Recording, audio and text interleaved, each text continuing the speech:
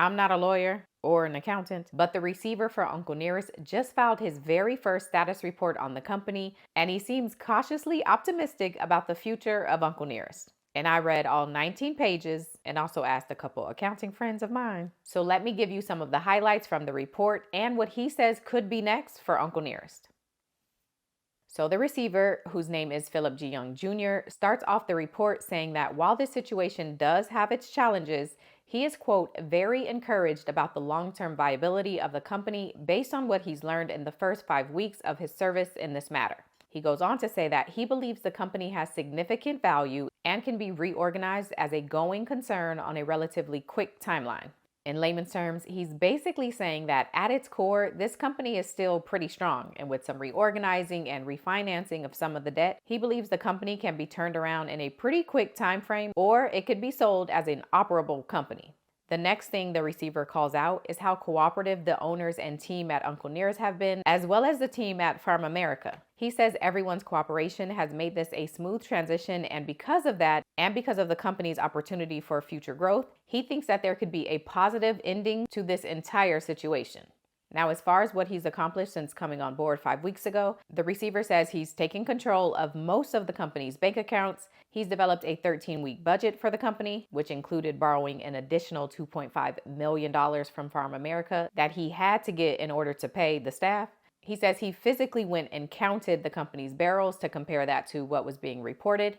And he started investigating Fawn Weaver's claim that a former employee was basically scamming people. And according to him, he says there is validity to some of her allegations. He plans to continue looking into this to determine if there's any legal action that should be taken. She wasn't lying. One last thing, he says that he's traveled to Cognac, France, to determine if Uncle Nearest should continue trying to pursue this cognac brand that they're building. And according to him and some of the conversations he's had, he believes Uncle Nearest would need to invest between $15 to $25 million, and now is not the time to do that. Now, moving on to some of the challenges he's uncovered since coming on board. The receiver says his first 2 weeks on board were really tough because sales were down, shipments were on hold, and vendors wanted their money. But according to him, in the last few weeks, things have started to improve. So he's going to continue monitoring the cash flow, but he thinks the hard part is over. Another challenge the receiver has faced is that a former employee apparently erased the company's financial records from before 2024. So the receiver has been trying to get those back. Did y'all hear what I said? Uncle Nearest was founded in 2017. So if this employee erased the financial records from before 2024, so what is that? 6, 7 years of records gone? They gotta sue him or be his.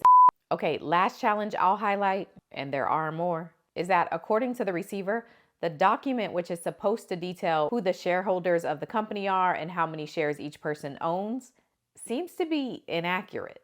And a part of this inaccuracy is apparently this former employee transferred some of Fawn Weaver's shares to someone else, and she didn't know. You realize how big of a problem that is. And so to make this really clear, at this point, it's not clear who actually owns parts of the company and what percentage they own. Forget suing him. They gotta beat his ass. So what's next? The receiver lists a number of things that are a priority for him to address. Number 1, he wants to figure out this shareholder issue. Number 2, he plans to recreate these missing financial reports. Number 3, he's actively trying to sell off any assets that aren't producing income, like the cognac business. And number 4, he's going to continue cutting costs when and where necessary.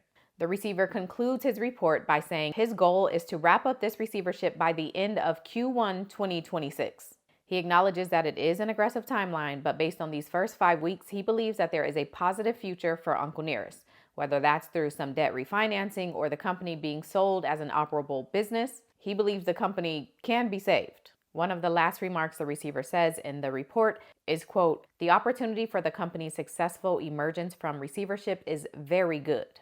So, who's getting Uncle Nearest this weekend?